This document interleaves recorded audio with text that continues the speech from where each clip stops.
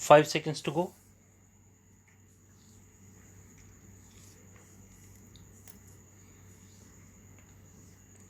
Start.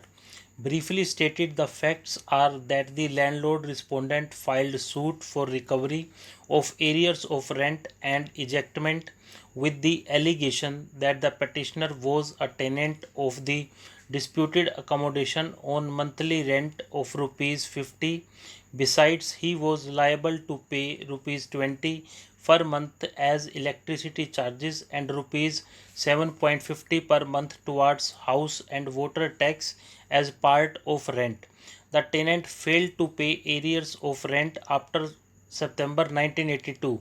He gave a notice demanding arrears of rent and terminating the tenancy. The petitioner, after having received it, did not comply with the same.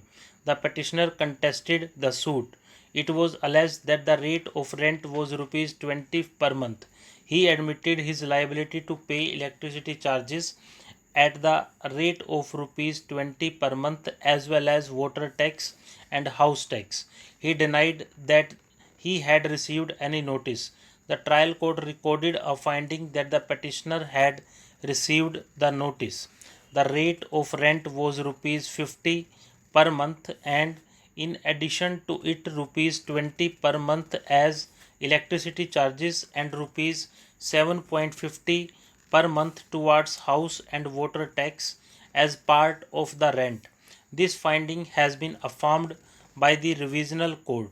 The petitioners had also claimed the benefit of provision of section 24 of the act.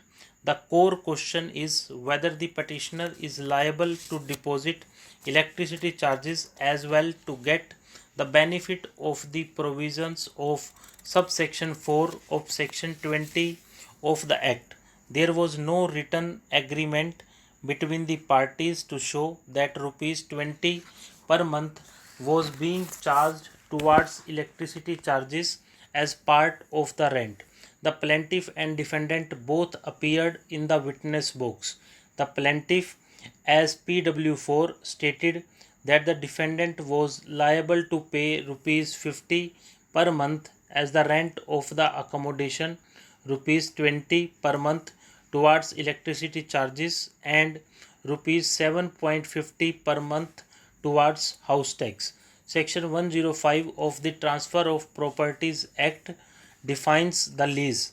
The lessor is entitled to get consideration for the lease from the lessee, which is agreed between the parties.